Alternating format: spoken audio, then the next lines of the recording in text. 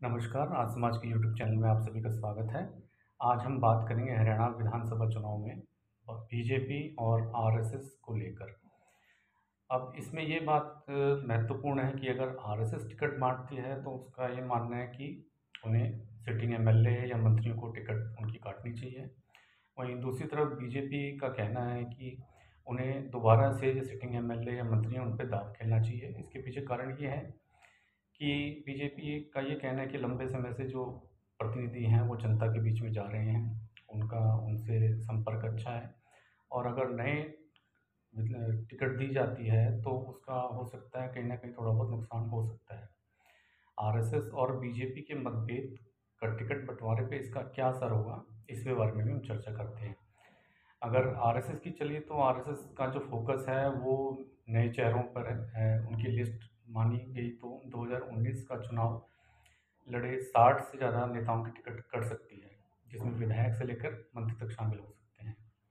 अब इसका क्या फ़ायदा होगा और क्या नुकसान हो सकता है, तो इस पे भी चर्चा करते हैं। नए चेहरों से 10 साल से सरकार चला रही है, भाजपा के प्रति एंटी इनकम्बेंसी घट सकती है। वहीं सेकंड लाइन की जो लीडरशिप है वो भी तैयार होगी।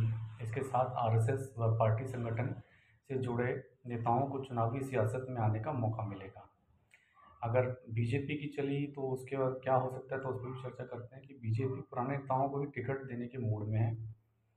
ऐसे में वही चेहरे चुनाव लड़ेंगे, नए नेताओं को मौका नहीं मिलेगा।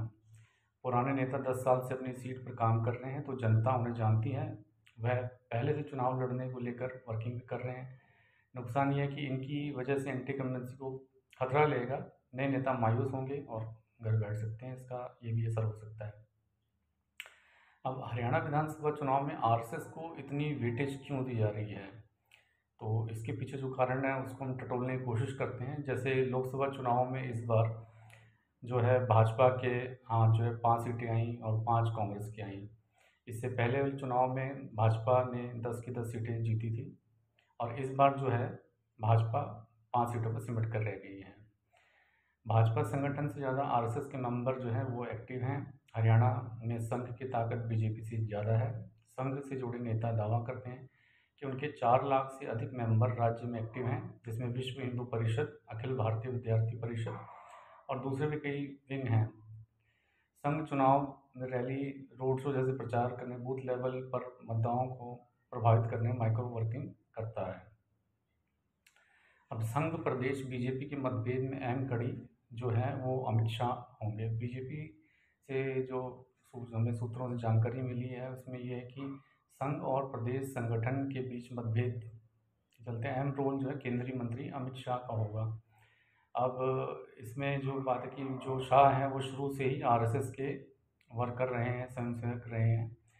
वो अच्छी तरह से जानते हैं जो संघ की वर्किंग होती है और संघ ने हरियाणा चुनाव में जो वर्किंग की उसके आधार पर वह फैसला ले सकते हैं। दूसरा ये है कि अमित शाह भाजपा के राष्ट्रीय अध्यक्ष रह चुके हैं, संगठन को अच्छे से जानते हैं, पार्टी क्या तर्क दे रही है बेहतर ढंग से समझ सकते हैं। पीएम मोदी के भी करीबी हैं तो उनके फैसले पर गुंजाइश की कोई उम्मीद नहीं होगी। अब वहीं अगर हम बात करें पूर्व मुख्यमंत्री और केंद्रीय मंत्री मनोहर लाल खट्टर की, तो मनोहर लाल खट्टर भले ही राज्य से केंद्र में चले गए हैं लेकिन उन्हें ज़िम्मेदारी दी जाएगी। टिकट बँटवारे में मनोहर लाल खट्टर की राय ली जाएगी और जिताऊ कैंडिडेट के बारे में उनका फीडबैक जो है वो भी अहम होगा।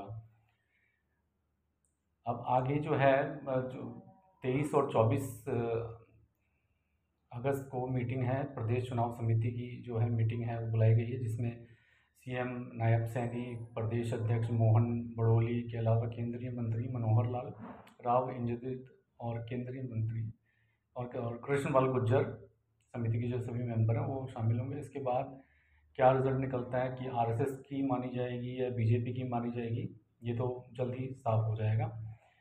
चुनाव से जुड़ी हुई और महत्वपूर्ण जानकारियाँ हम आपसे लेकर आते रहेंगे। धन्यवाद।